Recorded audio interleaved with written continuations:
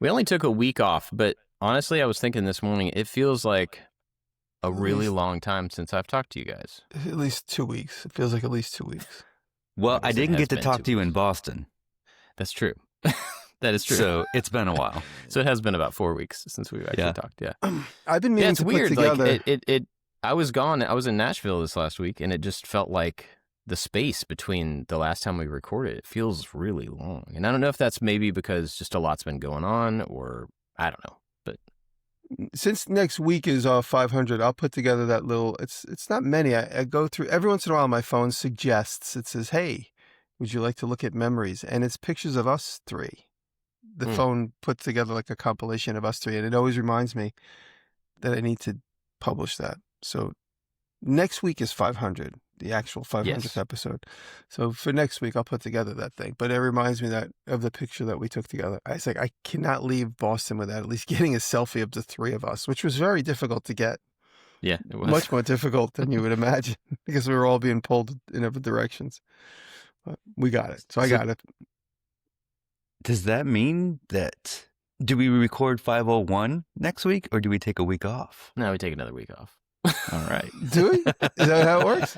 I don't know. It doesn't matter. We could actually try to get ahead. That's a thing that people do, is they record when they don't have to, so that they What? have one. Yeah, Tell I me know, more right? about this. Yeah.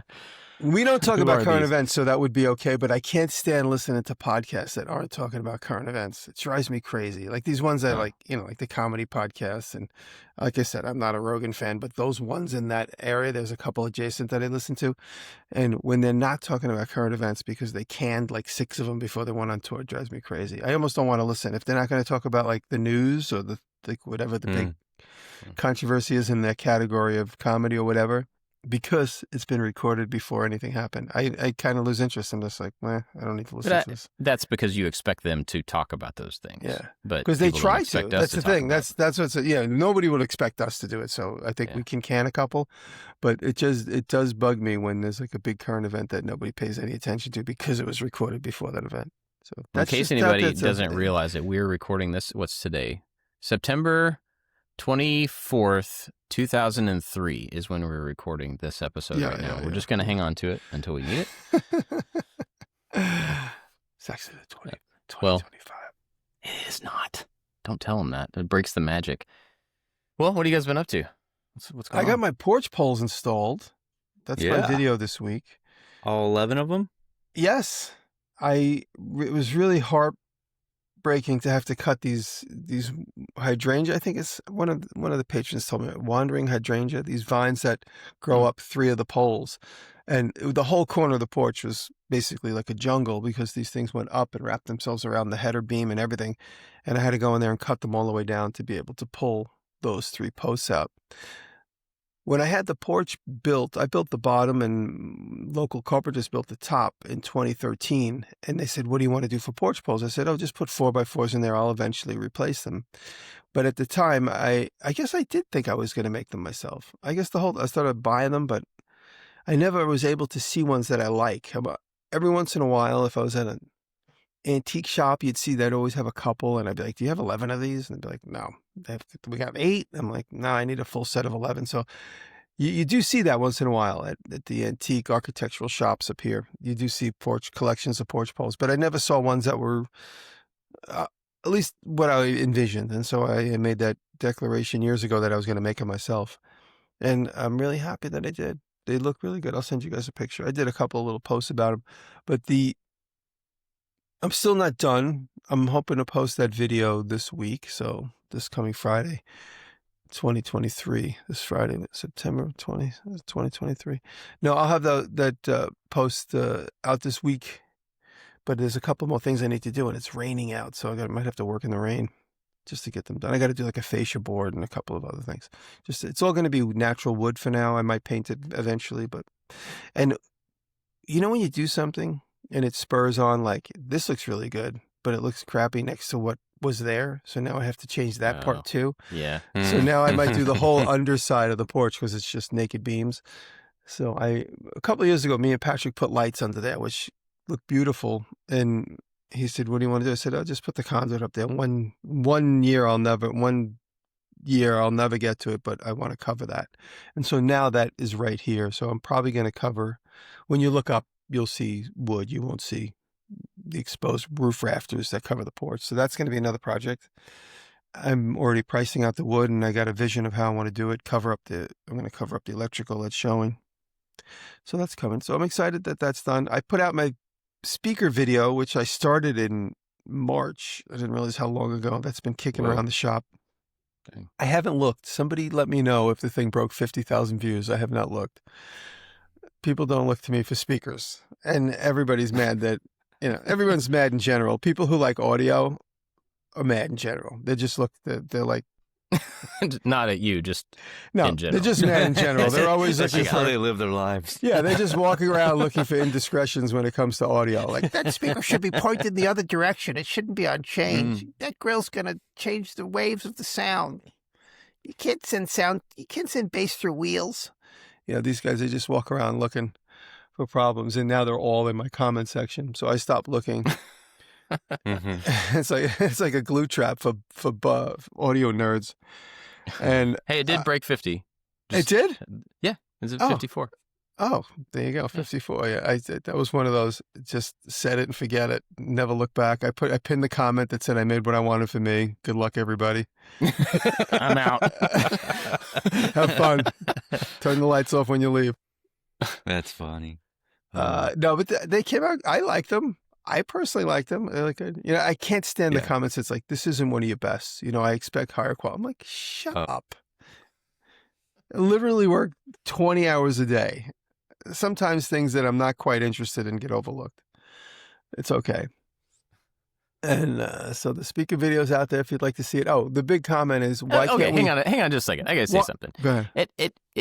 At any job, is everything you do going to be one of your bests? No. And that's why I just... No. Like, that publish doesn't and even walk make away. sense. What a weird standard to hold anybody to. Yeah. This new thing you did has to always one up the thing that you've done before. Like, Yeah. come on. Yeah. Only Colin Furze can do that. That's right. It's a special gift. Yeah. Anyway, go ahead. Proceed. Oh, I was going to say, everyone's like, I picked some audio track that seemed kind of funky to me off of YouTube music selection. And I can't play Led Zeppelin Stairway to Heaven, or, I can't play Reeling Back the Years or something that I would probably want to play just to test the audio. Can't do that. So I just picked this audio track. Everyone's like, I can't believe you didn't even let us hear the sound. I'm like, what difference would it make? You listen to it on a speaker that's 1/8 of an inch in diameter. Yeah, you're watching this on your phone on a train going, I can't hear the actual... Yeah. With the bass. Could you turn up the high mid-range? The mid-range, you got to point them at each other. I was like, okay. That's why the speaker it was Patrick's idea. He's like, wouldn't it be cool if we had speakers up there? And I was like, yeah, that's actually a good idea. And then I thought of a visual that would excite me. And so I was like, all right, let's do it. But I never would have thought it straight away because the reveal is boring. It's like, okay, there's a thing that I made that does something that I can't demonstrate to you. Whether I could play licensed music or not, it's still not going to matter because you're listening to it through your earbuds anyway. Mm-hmm. So anyway, that, like, when it comes to making videos, I'm always trying to think of an interesting payoff, unless it's something that I really need, and then I could do a couple of beauty shots. I'm always thinking of the beauty shot, and to have something. It's like, a couple of years ago, I restored a gun, and then I didn't fire it because I know YouTube would throttle the algorithm would throttle it. So I restored this whole gun. I'm like, you didn't shoot it? What's wrong with you? I'm like, you need that payoff. And so I just thought the speaker payoff would be less than exciting. So I never would have thought to make speakers unless Patrick pushed me. Anyway, it's over and done with. We can move on now. Have you ever gotten to, you work on something, you're very happy with it, it looks great, and you get to the part where you need to shoot the beauty shots for the payoff, but you are so done with the project and you just want to move on, and you're like, you know what, this is good enough. Like, this ending's good enough. I just need to start the next project. Do you ever do that? My rhythm is usually this. Like, if I'm doing a build for video, if it takes either a week or 3 weeks, I get to the point where it's installed and done, just like the speakers. they were done, they were installed and done, and I started working on the edit, but I never shot the beauty shots. And so I finally went up there. I didn't even know how to connect that amp to my phone. I mean, every time we listened, it was through Patrick's phone. He had the app, this whim. I just want a Bluetooth to a speaker that's the size of a football, and that's it. That's all I want to do. Or my earbuds. So when it came to these big speakers, we needed a preamp and this, and this, all that technology went out my brain in 1990. Setting up a receiver and a record player, all that went out the window in the early 90s. Prior to that, me and my dad would be at the Lafayette record shop and buying components, all that was the way I grew up. And then when things got easier and the Walkman came out and all I had to do was pop a tape into this thing and pump music directly into my ears, that was it. I never cared about components again. And so now here it is years later, and Patrick's like, we need this streamer. I'm like, will I be able to Bluetooth to it? And he's like, I think so. And so I had to buy Spotify to listen to this Wim thing, because Spotify and Wim have some sort of cohesive branding. I don't know. So I finally pay for Spotify now. I forget what I was complaining about. We can come back to your complaint when you think about it. So the other day I went up and I sat with the speakers and tried to figure out how to get the Bluetooth hooked up and everything, and that's when I got my beauty shots, and all I was waiting for was my cat to walk through the picture. That's all I was waiting for. I got the cat walking through. If anybody stays to the very last shot, my cat walks through the speakers and meows. That's it. I've done a couple speaker builds myself, and the audiophiles definitely want to let you know that they know stuff, right? That's their passion. So, of course, when you're really passionate about something, you're going to let somebody know that they're doing it wrong, or there's another way to do that, or a better way, or that you're an idiot. And all I can think back is, my dad telling me that he would duct tape a transistor radio to his bike and listen to the Rolling Stones on a mono speaker from a radio broadcast. If that was good enough for him, exactly. What I'm doing here, this is going to work for me. Yeah, I am not moving my speakers out away from the wall. This is where my stereo goes. Yeah. It was Patrick's idea to put them on wheels, which I thought would be a good idea because they were heavy, and this way I could push them around if I want, or if we have a party up there, we could put them in a different spot easily without having to drag them across the floor. And a couple of the comments were like, "Oh, how are you going to get bass to the building through the wheels?" And then another comment was like, "Oh, real smart. Don't test the electronics before you glue the box shut." I'm like, "Didn't you watch me put a speaker in a hole that's the size of a basketball?" Never mind. I'm done. But we're done complaining, right? Yeah. So anyway, I was like, "Oh, good luck with all that rattling." Didn't you None just of watch those me people put listen to the show, so we didn't offend anybody here. Didn't you just watch me put 45 screws in the metal that holds? And besides, I had to include Lincoln Electric in a video eventually. So, I mean, it's been all summer long. I've hardly made anything out of steel. So when this thing, I'm like, I'll make it look like steel, gun box. Well, that's a good idea. So they're your speakers. You can do whatever you want to. That's if you see the reel I posted last night, I said I made speakers for me. I was going to get all ornery in the reel description. I was going to be like, if you don't like it, tune out. Go listen to your speakers. Yeah. But I re-edited it to just, I made speakers for me. And I was going to put, I was going to, the meme like this that has this other part that sticks up like this. That meme? I was going to put that at the end of the sentence. I left that out. Let's do an episode on mean comments. I think we need to go back to that. We've done that before. David, what have you been up to? Hello. Yeah, so... do you remember the little toy kids Casio keyboard that I started months and months ago? Yes. And then put it on the shelf? Yes. Waiting for the right opportunity? I'm almost done. This good. is one of my is one of my favorite projects ever. Oh, what? Oh, that looks cool. That looks awesome. Like DeWalt? So, I got rid of all the plastic. And so cool. There's it's kind of 3-tiered. It sits up like an old Moog or Korg synthesizer, so the back panel is angled up. The cut out of metal, the original panel, and then I added a bunch. They're not in here yet. I'm going to wire that up later today, but the top has a bunch of guitar pedals that look like it's all part of the unit. So I've gutted the guitar pedals and put it on there. So it's got metalworking. I screen printed the face on looks the incredible. metal. I was going to ask you all about the that. controls. Yes. Oh, that's so cool. It's been a few years since I've screen printed, so I had to. Emulsion doesn't last for 5 years, so It doesn't, unfortunately. yeah. Turns brown. And we got, there's some soldering, some electronics in there, and we got woodworking. This is a very multidisciplined thing, and I am so incredibly thrilled. It's better than I ever would have imagined. And That's awesome. I get a lot of crap, not a crap, but people will say, David, you don't talk up your projects enough. You'll point out the mistakes here, or I don't. I just don't talk them up here on the podcast. This one I'm talking up because it is one of my favorite projects. It looks ever. great. It's come out When so you good. showed it just now, I'm like, is that the makeover or you're about to make it over? Because it looks like it's a done Yeah, so project.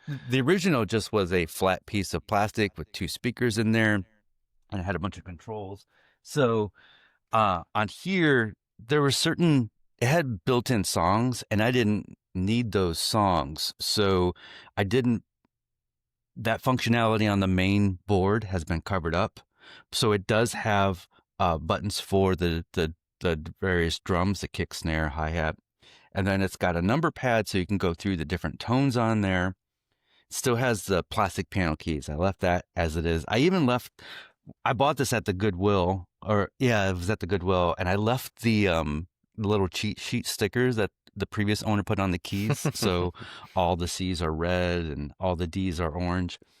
And then on the back is where I'm wiring everything up. And up top here where the guitar pedals will go, plus a tube preamplifier is going in here. So you can overdrive the tube preamplifier to get a little bit of distortion in there.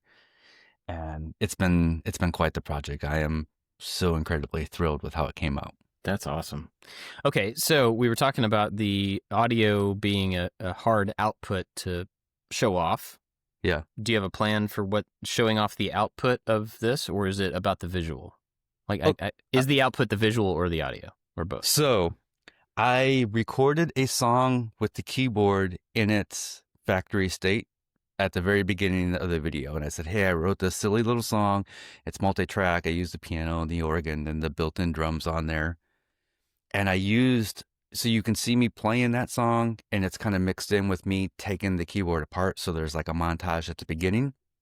And then this will get finished up today. So then tomorrow I'm going to record a new song in its new state with the tube preamplifier and all the effects built into it. And I've never had to write a song where there was a deadline. So this is kind of like a new pressure for me. So the ending, the payoff will be hopefully the visual and the song that I'm about to write and record. Awesome.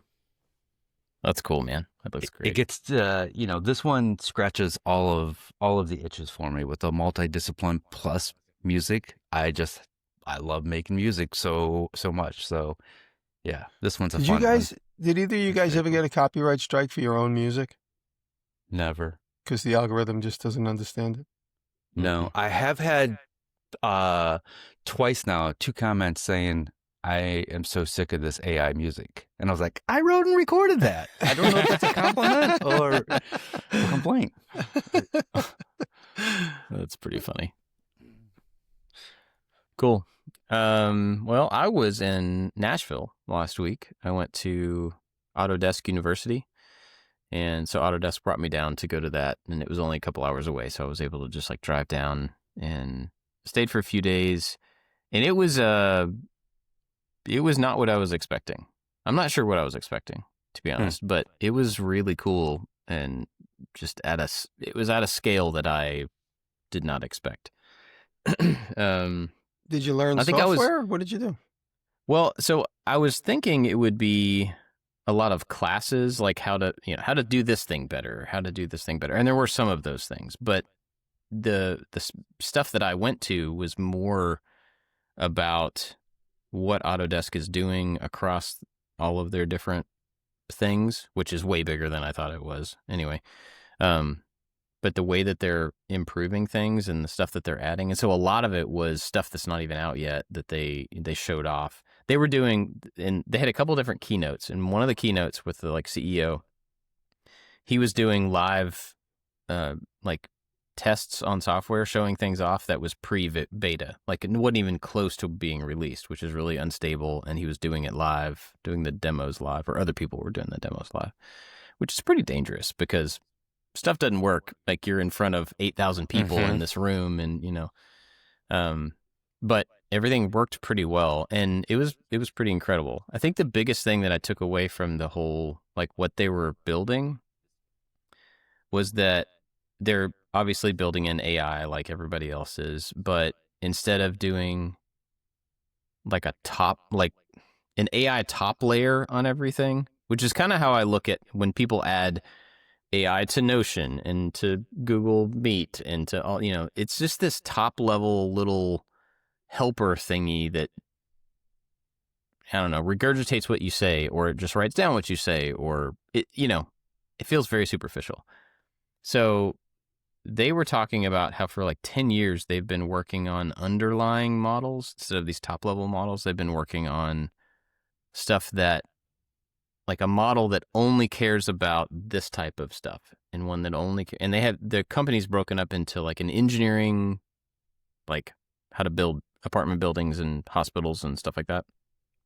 And then there's design and make, which is where we fit. And then there's media and entertainment. So movies, video games, stuff like that. So they're building 3 models that are about those disciplines at a low level. And then they're building them underneath the software so that the software can take advantage of it. And the way that actually played out was the examples they gave for, like for Fusion, which is the thing that I cared the most about.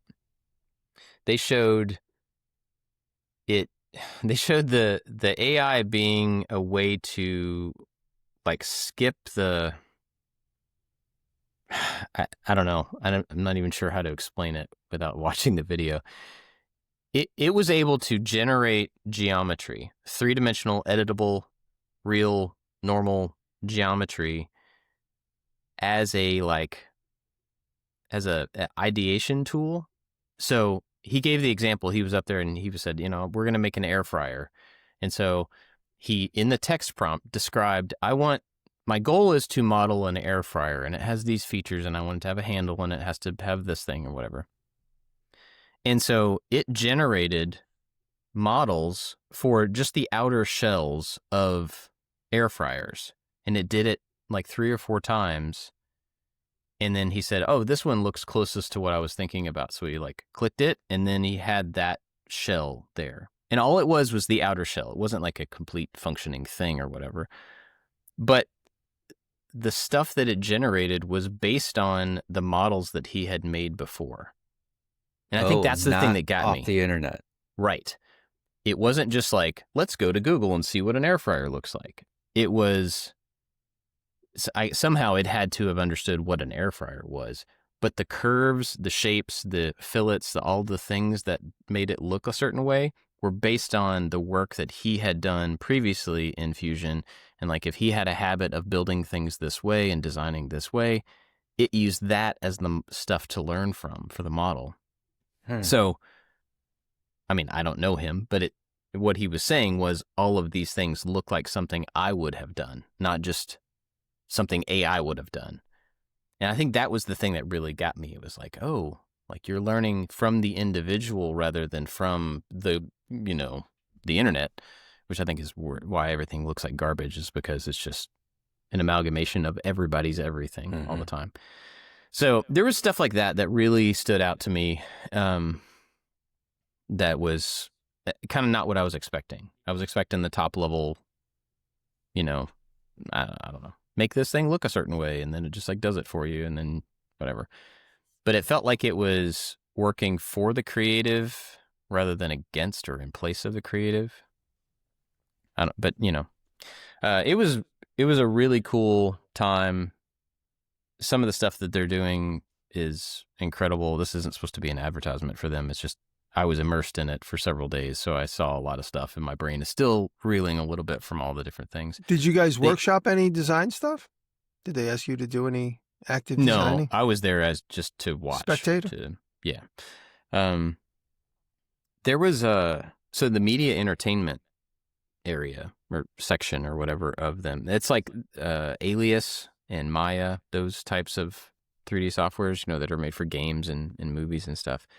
They did this demo where they had a two-dimensional, if I remember this correctly, they had a two-dimensional image of a street, and it was like a cross street, and there were buildings in the background, and it was nighttime, and there were lights, but it was a two-dimensional image.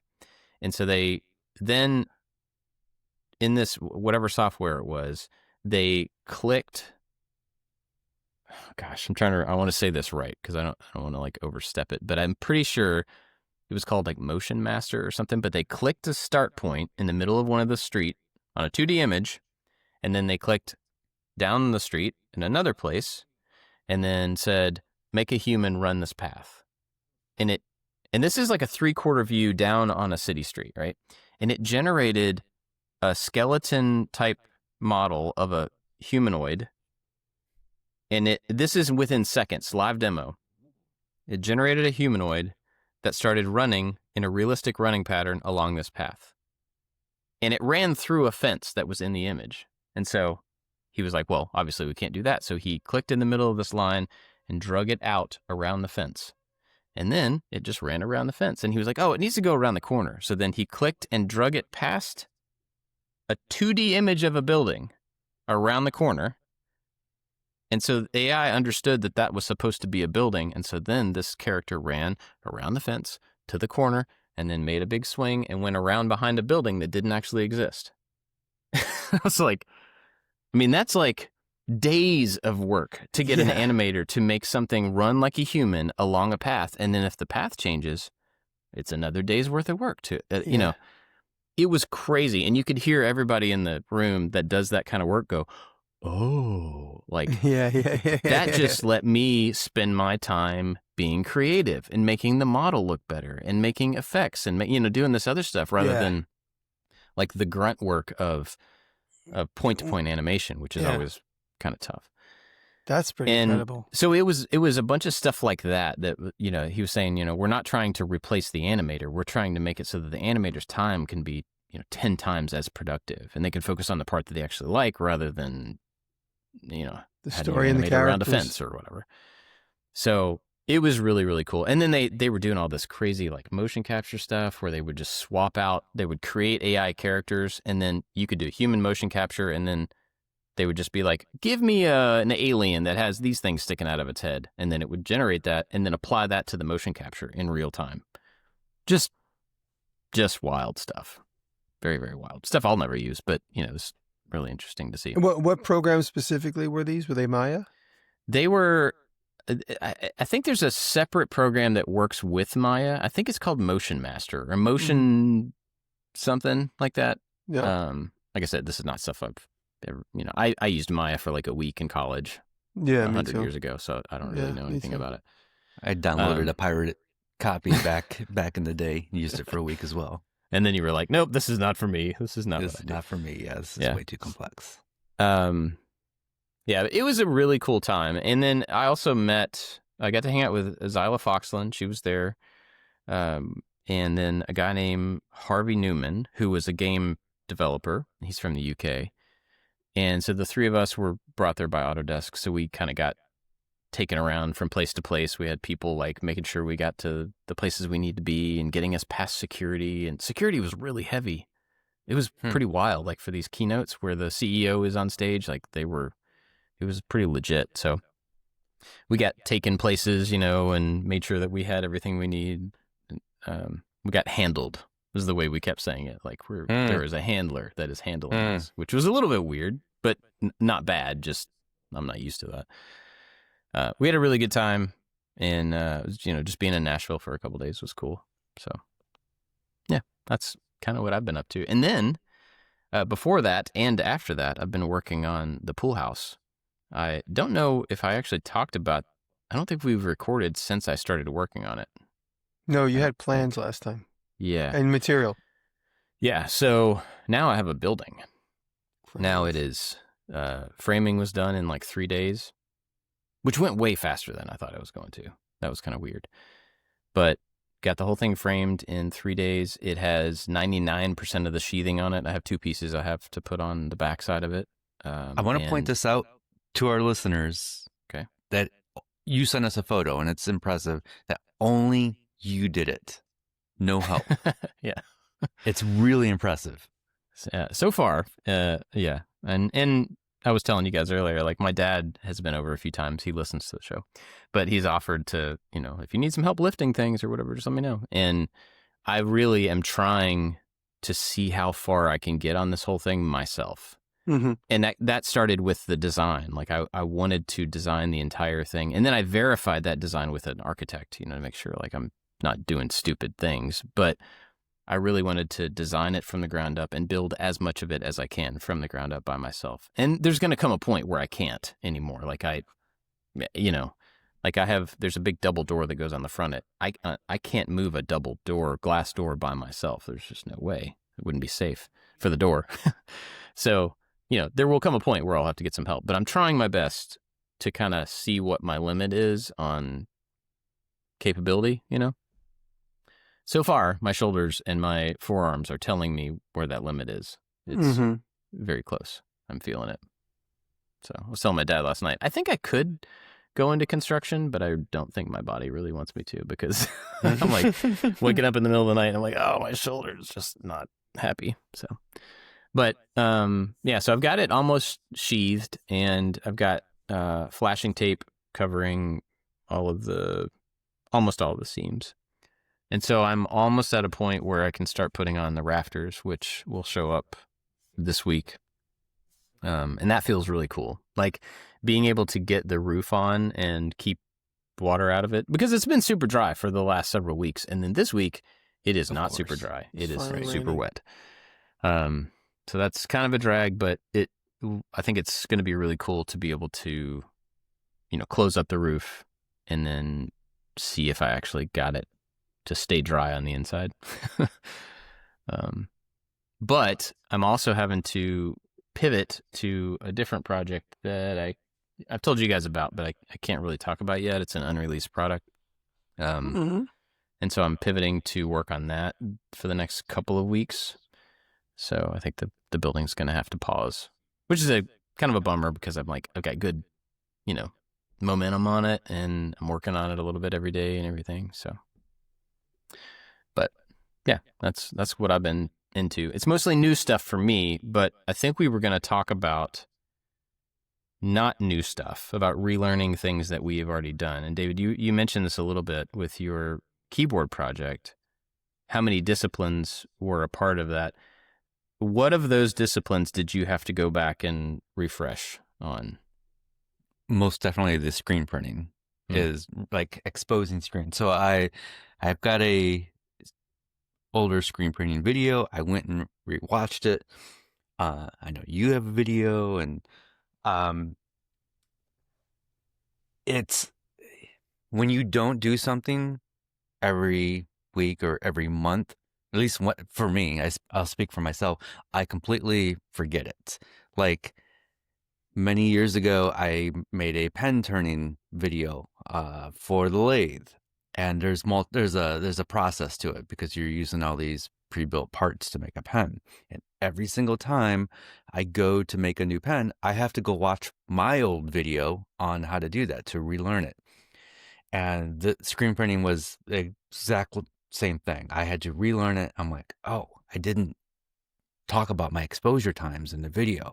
So now I got to go do a test, and I got to do this and that. And I have screen printed on fabrics and I have screen printed on posters, but I've never screen printed on metal, which has its own set of challenges. So not only am I trying to relearn this thing, but I'm also trying to learn how to do it this way. And you would think, I would have thought, it's all the same process. You're just maybe using different inks as what you need to.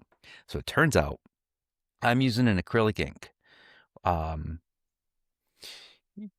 Maybe ideally you'd want to use some sort of enamel based ink for printing on metal because it dries really hard. You don't need to top coat it with anything.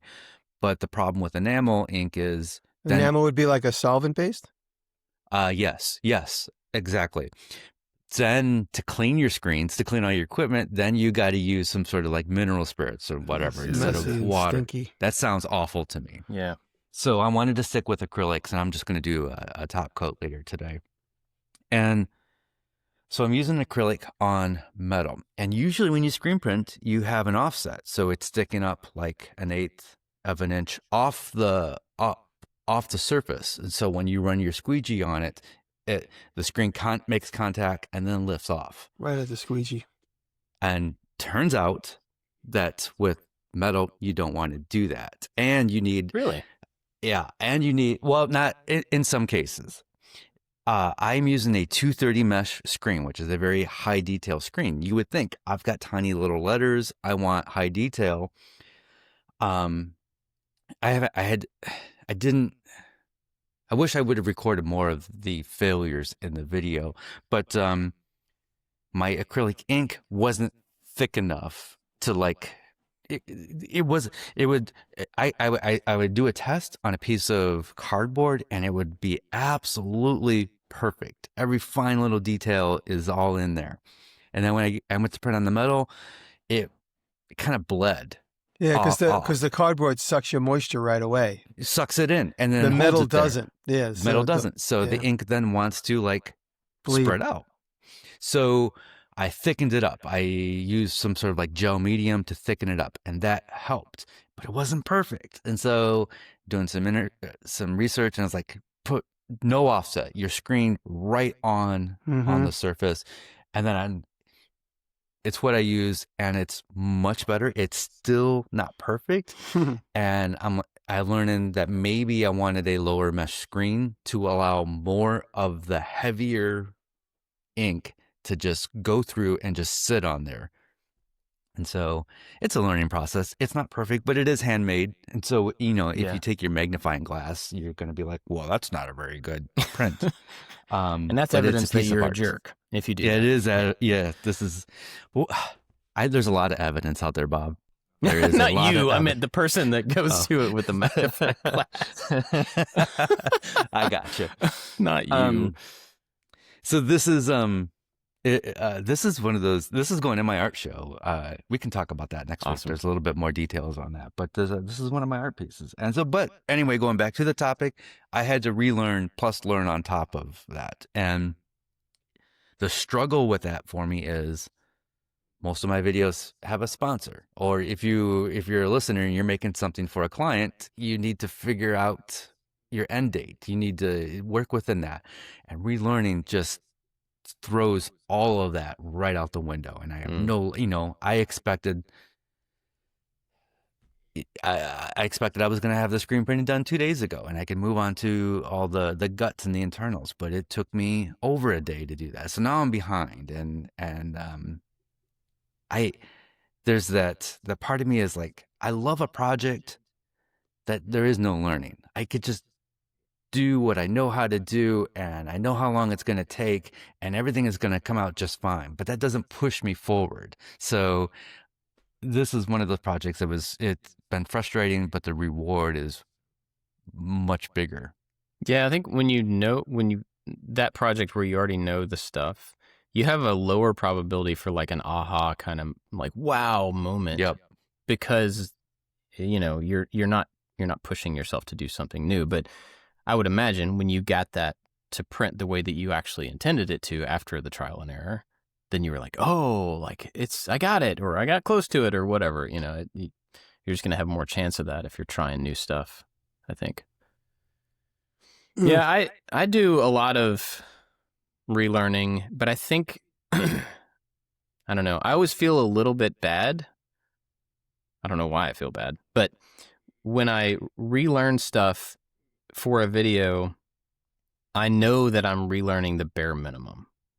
Mhm. You know what I mean? I'm only having What you to need, look at, what you need. yeah, what that part is that I need for this particular instance. And I guess from one perspective, it's cool that, you know, we get the opportunity to learn enough of things that we can go back and grab this one little detail. And like, I just have to remember how to do this one little thing because I've done it, all of it before. But I do think there's part of me that's like, I really don't know how to do that. I just knew where to look for that one little piece of information to get it done for this project, but I don't feel confident like I could teach somebody else how to screen print or how to whatever, again, without way more work. So I always mourn that a little bit or whatever, you know, that I didn't put in more effort. But I'm also reminded of, I don't know if this is apocryphal or not. Like, I'm not sure if this is true, but I always heard the story about Einstein, and I've probably said this on here before. He was at a science conference or something one time, and somebody interviewing him asked him what the atomic weight of so-and-so element was. Because, you know, he's a genius, right? He's like super science guy, and of course he's going to know that. And he was like, I don't know what that is. And they were amazed that he didn't know, but he was like, I know where a periodic table of elements is. That's right. You don't have to know it all. You just have to know how to find the answer. And so I guess when I have to go back and relearn a little piece of something, I'm like, yeah, even Einstein didn't know all of the things within what he did. Yeah. He just knew how to research. He knew how to find. He knew how to get to the thing he needed. So, you know. Yeah, I guess I that's all right. mentioned before we started, I have to do a Carbide 3D video. When I started with Carbide 3D in the beginning of the year, around, I guess it was around February, March, when they sent me a machine, the deal there was I was going to make a video every other month for them. And that was the plan. So I was like, all right, I'll learn the whole new discipline. I did the first video, and then Kevin moved on, and he gave me to somebody else. And that other person didn't contact me until like a week ago. So it's been this long. Whatever. It's no big deal. I don't care. But the machine sat there. I actually even said to Kevin, I go, hey, the machine's in my shop. Should I put it in long-term storage? Because I'm never going to use it again unless you need me to. And he said, no. We still want it, but I passed you on. I moved on to a different job and so on and so on. You know, no hard feelings whatsoever. I just wanted to clarify because it's taking up a footprint. I'll put it in my storage building. And anyway, I got reconnected with them recently, and I think I have to do a video in October. And I was like, oh man, I got to go back and figure out how to use all that software again. Not to mention there's a 3D element of the software that I was going to try and use in this video, which gets back to me having to relearn Fusion. Not necessarily in this particular instance, but it just reminds me that I want to get back into Fusion, and I want to download your class, Bob, and learn it. And it's definitely on my to-do list. I know I keep talking about it, but it has to be because there are a couple projects coming up which would be good if I knew that. And I was really hot on Fusion for a minute there. I was hang out with Kevin. I'm just drawing a blank. Kevin would teach me, we'd sit together, my friend Kevin, and he would show me how he did certain things, and I would show him how I do certain things. And I was really gaining some traction there, and then sending things to 3D print. But then one day you just don't have a need for it. And then it's just suddenly, then you don't have a need for it for the next project, and then it just starts to fade. And, but I always remind myself of this, and it's similar to what you said about the Einstein thing. It's like the information is sitting there. The dedicated computer for that is sitting there. The software is on it. And I did it one time from zero. Now I have a little experience. I could do it again from zero with a base. And that's what I always remind myself. I even use the ShopBot lately, infrequently, that every time I sit at the software, I'm like, okay, how am I going to do that? Oh, okay. And it happens also with the plasma cutter, with the fast cut plasma cutter. Every time I got to do a project, I got to go, okay, what is the procedure here? Remove before flight. Okay, then this, you know, it's just like you got to go through the motions and remember. And when you get it, it's like, okay, I'm back. I think that might be why I've never thought about it this way, but I think that might be why I kind of like stepped away from using a CNC, is because I didn't use it long enough. And then looking back at that kind of ramp up period again to actually use it effectively seems like I know I could figure it out, but man, like, well, that's a lot of work to just get back into that for one thing. You know what it's like? It's like akin to waking up out of bed after like a day of like playing football. The next day you got to get out of bed. Like after working all day, like on building a building. I know I felt like that working at the graveyard house. I come home, I lay down, I go to sleep. In the morning, I feel every joint, especially at my age. And when it's time to go back to a CNC or a plasma cut and I haven't opened the machine in a long time, I'm just like, oh, okay, I know I'm going to blow a tip. I'm going to destroy some metal. I'm going to crash it. Right. All right, here we go. Just try to avoid all those things and remember what I'm not supposed to do. Half the time I'm trying to remember what I'm not supposed to do versus what I have to do. Right. So it's... I think that's my complaint with something like Lightburn for lasers. I have a certain laser that only uses Lightburn. And Lightburn is a very complex piece of software. It can do a lot of things. And every time I open it up, I'm like, I have absolutely no idea what I'm doing. I don't even know how to connect it to the machine. And I feel like I have to relearn it. And I have this other laser. I don't want it to be an ad, but I have this other laser that has its own software. And it's extremely simple. I know, okay, I can just draw a circle here and I can hit send and it just goes in the machine. There's no relearning. Lightburn needs an easy mode. It needs to cover up all the stuff that I'm actually pretty good at Lightburn. I've been playing. Last night I started making more leather bags for the Christmas season, so I'm making 25 leather bags. And so last night I cut up a bunch of leather that I had, and anyway, so I was using Lightburn all night last night. But I'm pretty good at Lightburn because it's like a combination of Illustrator and like 10 other programs. But I think all of those things, it's not a matter of them being difficult. It's a matter of like, how much do we hold? How much of that rudimentary knowledge that can we hold about something for an extended period of time when we don't use it? Mm-hmm. Because if you come back and you were to use Lightburn like once a week for a few weeks, that basic stuff, how to connect the machine, how to set up a basic file on this, that would be second nature. Mm-hmm. But it's because you have to relearn the step one. I do this too. You have to relearn step one every time you use it. And so there's got to be a way, maybe it's just making ourselves cheat sheets about what step one, step two look like for these things.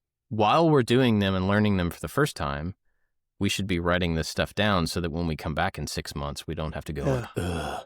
Plus, there's the magic of CNC. You wrote it down, and for some reason that just helps sticks in your brain. Yeah. Well, that's true. Yeah. So that's why, honestly, that's the reason why I don't use the Tormach anymore. Because every single time I came to it, I had to remember the offset. I had to remember this. Even my friend who has a Tormach, he's got a whole list in front of him of like basically pre-flight procedure is basically what he calls it. And it's like, do this. Don't forget to do this. Don't forget to do this. Don't forget to do this. And every time I went to the Tormach, I actually ended up giving the Tormach away to my friend Dave DTB Fab. Check out Dave. And he wanted to learn about it. So I was like, take my machine, learn how to use it. And I know Dave, he'll learn how to use it and then he'll get a better one. I said, just give it back when you're done. By then, the every memory that he's going to show up at the door and I'm going to be like, what is this? And you are, and what is it? More specific. I'm not, but if it ever comes back to me, then I'll challenge myself to try and make something else on it. But in general, it's the bigger problem is too, and it's not a problem. It's something that I'm obviously very fortunate. There's so many things to learn because I have this machine and I have that machine and I have that machine and I have this procedure that I've done. And when it comes to using the kiln, what is the recipe I use for melting glass? I can't remember. Is it 17 or is it 017? I should have wrote it on the thing with a magic marker. But the fact that we are challenged because of what we do with so many different disciplines and the fact that we're basically small production companies that have to keep the show going, it's why we have so many things to forget. And I'd rather have more things to forget than one thing to have to remember. It makes life more exciting. That's beautiful. Yes. Yeah, that's... Thank you. Put that on a bumper sticker. Mm-hmm. Well, and I'm seeing this right now with my wife, and I'm not talking about her behind her back. This is an active conversation that we're having. But so this pool house thing that we're building, the original intent was to be a ceramic studio for her, because a few years back she was doing pottery on a weekly basis. She was learning from a friend. That friend moved away, and so she still has the knowledge, but she doesn't have the practice of all of that anymore. She doesn't, just the details of like, what do you use for this, and how long do you do this, and how do you reclaim the clay in this way, and whatever. And so we've been planning for a long time to build this studio for her to be dedicated, for her to be able to do this thing that she really enjoys, but she hasn't done that thing in several years. And so now we've built this building kind of like with the intent that it will be whatever it needs to be, But I can tell from her perspective, she has that feeling that we're talking about like, I don't know if I can relearn all this stuff. I don't remember it. I'm going to have to make the effort to, even though I want to do it again, I have to figure out. Now I don't have somebody here to teach me like I did before. So I have to figure out how to relearn this stuff, where to relearn this stuff to make it even worth the place and the stuff and the time to do it again.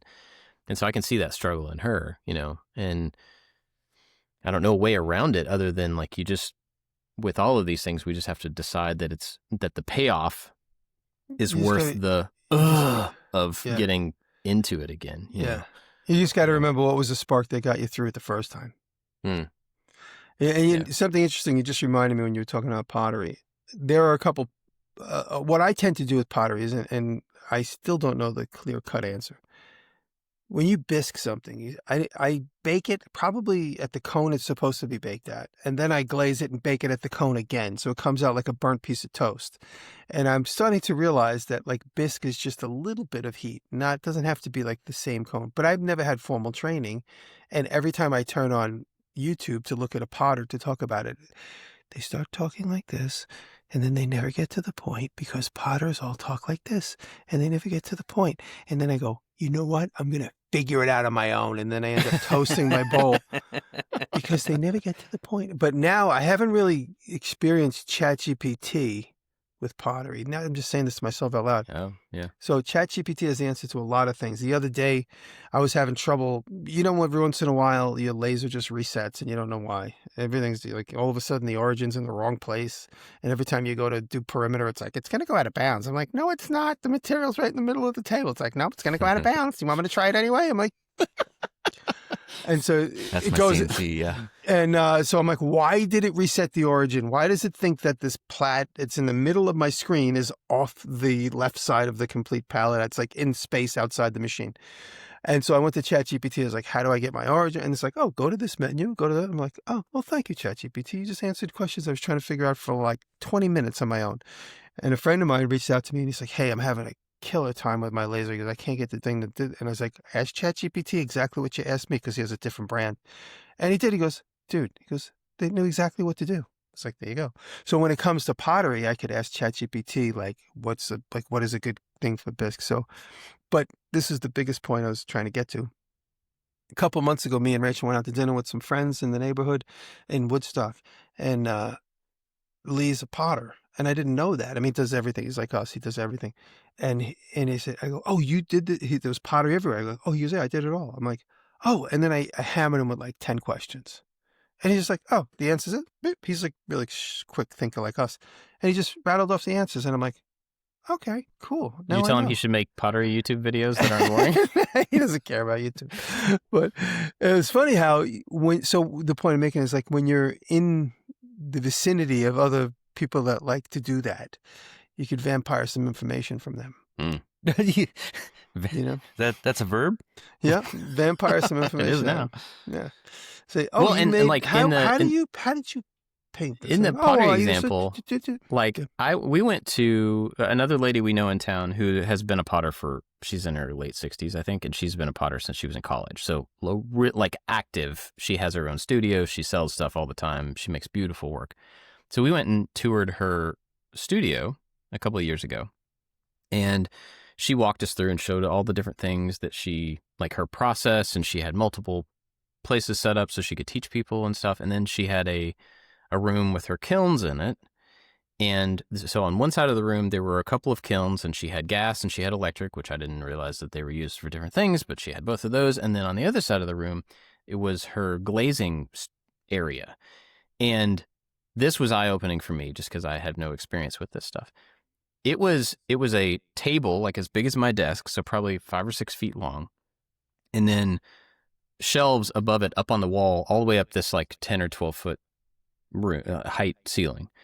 And on these shelves were little pieces of, like different ceramic. They were just like chunks with different things on them, different glazes. And they were just in these little bins, and they were just stacked up. And there were tons, like hundreds and hundreds of these things. And then right in front of her on the desk, there were like 10 binders. And each one of these binders was maybe 3 inches thick. And they were labeled on the outside. And she pulled out one binder and flipped it open. And they were recipe books. And all of these binders were the recipes for all of these samples. And the thing that struck me there was that she had done, all of that was experimentation, but she documented every single piece of it. Wow, so she could pull a tile and remember how she got it. She could grab one down and be like, oh, this is the one I want. Look at the number written on the back of it. Oh, it's in this binder. Pull out the binder, go to the page. There's the recipe. And that was, obviously she'd been doing it for 40 years or something. So she has a huge amount of time to be able to build that. But it was intentional experimentation with intentional documentation. Yeah. And it was in a place that she could go to. She didn't have to remember any of that stuff. And I was like, oh, I should probably do that. And I never have. But documenting, we document things, we document results, but we don't document process in that way. I don't, anyway. Yeah. When we could easily have a book that's like, how to get started on the laser for the first time in 6 months. And it's a page with the basic instructions you need. Right. Like all we have to do is write that stuff down one time, and then we save ourselves frustration and time. You know what I'm going through? I'm going through the mental hurdle of like, this is how my mind goes. I go, okay, I got 35 notebooks started this year. Should I take one of them and rip out the first 10 pages and turn that into my laser documentation? Or should I start a new one? Maybe I should make one with a leather cover that would look really good. Like all of a sudden, yeah. I have an idea. I wrote down a product idea right there, based on that. So yeah. And then anyway, I think the relearning thing is good because it does force you to. A lot of times we look at our own stuff to relearn things, but it also forces us to go look at what other people have done or what the newest way to do that thing is now instead of when we did it the first time. But I think it's also good just because like we combine skills so often that trying to maintain all of that stuff in our head all the time, I think would be an unnecessary weight on your brain. So being able to set something aside that you don't need for a while and then knowing how to find it again when you need it and just getting the necessary like bits to move ahead. I think that's actually a skill, but it is time consuming. Yeah. I think. It kind of reminds me of like my special skill is if I know that we have to do, for instance, like Boston, when we all gathered in Boston a couple weekends ago, Rachel's like, what time do we need to be there? And this is like 2 days before. I go, I have no idea. Do you know where it is? I go, I don't know. Where's the hotel? I go, I did a screen grab when I got the confirmation. That should be in my notes. Should be in my pictures. Well, I'm like, I don't know. Well, when we get in the car to go to Boston, because I know the window, it's like a 10-hour window that we have to get there, I'll type in the hotel address. And then I'll know where we're going. But until that's then, a problem that I don't need to deal with until I don't have to time. know anything about that until it's like people always say to me, "What exactly? Which are you taking the early flight?" I go, "I don't know. I just know it's on the 6th. So on the morning of the 5th, I'll start thinking about it, and that's 3 months from now. So I don't care. I'm not even going to open them. I'm going to look.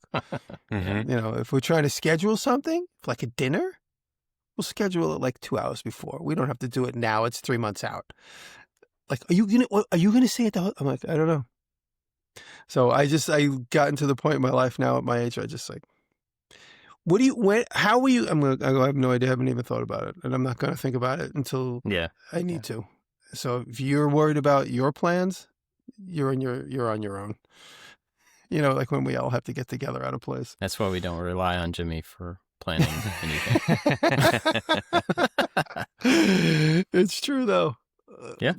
Like I remember we were years and years and years. It goes back to that thing. Remember, like, I'm kind of known for that thing where it's like, how are we going to get this down the stairs? I don't know, but right now we have to move it 3 inches from where it is now. Let's do that. It's very much similar, like in the life overall, Right. life view. And I remember I was driving to California with a girlfriend 25 years ago, and she just kept going, "What's going to happen when we get to Idaho? I'm like, I don't know. I have no idea. Where are we going to spend the night? I go, I don't know. When it starts getting dark and I get tired, we'll find a hotel. Well, do you want me to schedule one now? I'm like, no, because I don't know how I'm going to feel by the time we get to that border. I don't know. Let's just worry about it then. And that was before cell phones. So when you look back, it was a little bit more nerve-wracking, but who knew what cell phone convenience would bring? So it was what it was at the time. That's what MapQuest was for. No, you just look for a sign on the highway, like hotel, you pull in, and it's like the doors are swinging in the wind. You're like, oh, this place is closed. Let's get back on the highway. Cool. All right. Any other thoughts on this, on relearning stuff? Nah, like I just played as a game. Like, okay, let's get back into this, I guess. I do think for me, I'm going to try to start building myself some sort of cheat sheet things for some of these things that especially like CNC and laser, that I have to come back to on a regular basis. And that step 1 through 4 is always like a hurdle. That would be easy to document. So I think I noticed before when I said pre-flight list, you jumped to your notebook. So you got the idea from the pre-flight list. So he's not saying anything. He's keeping his stone face. So the light bulb go off. Yep. That's Mike Dubno, the millionaire maker that Jocko did the video on. He's got the pre-flight list on his tarmac door. Gotcha. Wasn't there, going back to your graphic design days, wasn't there some sort of layout program called pre-flight? Does that sound familiar at all? Like before No, I remember Quark. Adobe InDesign? No. Pre-flight. It does sound familiar now, thinking about it. But I don't know. Cool. Well, I'm going to thank our Patreon supporters, who are awesome. Our list has gotten all flipped around, and I don't know why. I sort the list by the same... see, look, Bob. Oh, yeah. Yeah. I see. Whoa. That's not in English. The list has gotten all flipped around, and I read the list so many times that now it kind of throws me off. But our top supporters are... A Pretty Big Deal Inc., Albers Woodworks, Chad from Mancrafting, Corey Ward, Making with Mog, Matthias Garnell, Michael Menedgen, Nick Ryan, Odin Leather Goods, Pete Rondo, Rich at Lowen Design, Scott at Daddy Yourself, The New Janky Workshop, Warren Works, and Works by Solo. But also, people like Scott Sykes. Scott's been supporting for a very long time. Thank you. Since 2018. Goodness Gracious. Wow. Big thanks to everybody over there that helps us out at Patreon. It helps, and it makes a big difference, and we are really grateful for every single bit of the support. Every level gets the after show. So, if you're at the $1 level, you get the after show. If you're at the $8,000 level, which there's not one, but if there were, that person would get. Maybe we should make one. Everybody gets the after show. They could spend the night at my house if there's $8,000. Come spend whatever. I'm going to put that on my own Patreon. $8,000, you get to stay at Jimmy's house. Oh, there you go. Let's all add that. Everybody gets the after show, and to get that, you just go to patreon.com/makingit. There's a link to that in the show notes. And then sign up at any level. The RSS feed for the after show podcast is on Patreon. You get that, you put it in your podcast player, and then you can listen to the after show. I was going to ask you guys about superpowers because you mentioned that. And so today I want to talk about superpowers in the after show. All right. But yeah, big thanks to everybody that helps us out over there. We are grateful. Next week will be the 500 episode. So we will have the 500 show that we did edited, and we'll release that one. So I don't think we'll have a new show next week, I assume. Mm-hmm. We'll but everybody that couldn't make it will get a chance to hear it. Yeah. And it turns out my joke did make it into the after show. It did get recorded. That's great. That's fantastic. Guys, when you're in the after show, get yourself a hot coffee, get a towel, get a blanket, sit in a chair, put your feet up. Take a break. I just want to put a disclaimer. You don't have to listen to the after show. Bob, I must say, and I didn't compliment you on the level of confidence and the stick-to-itiveness when you told that joke. You were like I'm not even being sarcastic in the slightest, but you were like a very professional comedian telling that joke. Oh, well, thank you. You must have told that joke at least 4 times. Oh, many more times. I was gonna say he's really good at this. That's great. And anyway, we'll talk about that later. All right, cool. You guys got anything to recommend this week? Oh my goodness, I got a good one. Okay. So this why I got a good one too. All right, I'm just going to send you this. I don't know how to say the name of this channel, but this guy made a desk that is the end of Super Mario World 1-1, where Mario is jumping over. He climbs up the block stairs and goes to the flagpole. He made an inlay desk of that entire scene. The amount of pieces and detail and... Oh, this is Wormwood. Yeah. Wormwood. Thank you. It is incredible. Holy cow. Yeah. Okay, so Wormwood makes gaming tables, like really nice, legit gaming tables. And so that makes sense that they would, this is a must watch. Wow. Okay, awesome. Have I recommended, who's this from? My I'm sorry. I just got a message from my neighbor. He's using my property for something. He's just letting me know. I got a little confused. New Mind is a great channel. I don't know if I've recommended it before, but it's one of these science channels that digs deep into a very mundane situation like cutting. The newest video is straight line motion, hinges, and he does a deep dive. He did a whole video on drive shafts and the genesis of drive shafts, which who would ever stop to think about drive shafts? But it's a really great, well-executed channel. And they do a deep dive on these mundane things, and you learn so much about all the stuff you didn't think you needed to know. So check out New Mind. It's a science engineering channel. It's very successful. Cool. Check it out. I have a couple. One is the Maker Knife 2. Yes. So Jocko released the Kickstarter for his new Maker Knife, which looks amazing. And the video that he put together to release the knife is amazing. Like it is ridiculous. Cinematic. Yeah. So he's been working on that for I don't even know how long. He's been sending me like little drafts of it and stuff along the way, and it's changed and grown and stuff a lot. I got to be the voice of the little AI bot that he used in the video, which was a lot of fun. But man, what a video. It's so cool. And the knife looks amazing, and the Kickstarter's doing really well. So just everybody go check the video out at very least, but also support the Kickstarter. It looks really cool. The other one is the guy that I mentioned earlier, Harvey Newman, that I met at AU. Super nice guy. Like we got to be friends in a very short amount of time, just a couple of days. He's from the UK, but he's a game developer. He's been in the industry for, I think, 25 years or something. And so his videos are about animation and about game development, and they're less technical and more about the kind of how does this happen? How do games happen? How does animation happen? How do you get started in these things? He's working on a book, I think, and he's got a couple of courses out. And one of my kids is interested in game development, so we talked a lot about, how do you get started at this point in time down this path and stuff, and he gave me some really great resources to share. But I think if you're at all interested in how games happen and, what it takes for these games to exist and how you would get started in like the indie game development or animation, just go check out some of his videos. Super cool guy. Really nice guy. Check out Harvey. Check it out. Anything else?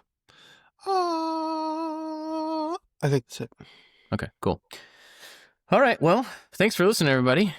Thank you. We're going to talk about superpowers after show. Oh, Maker Camp's coming up October 10th. Oh.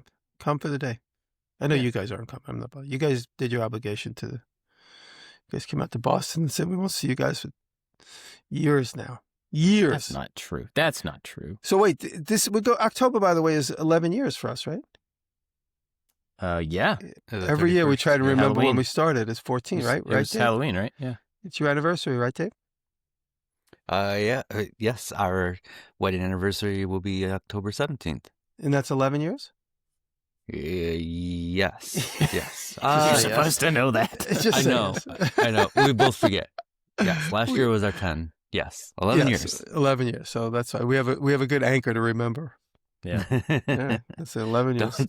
Don't depend on me for that. Yeah, we should probably write it down. That would solve that problem. But There's always somebody to remind us in the Yeah. Patreon list. All right. cool. Thank you. Thanks for listening. Catch you next time. Thank you. Love you.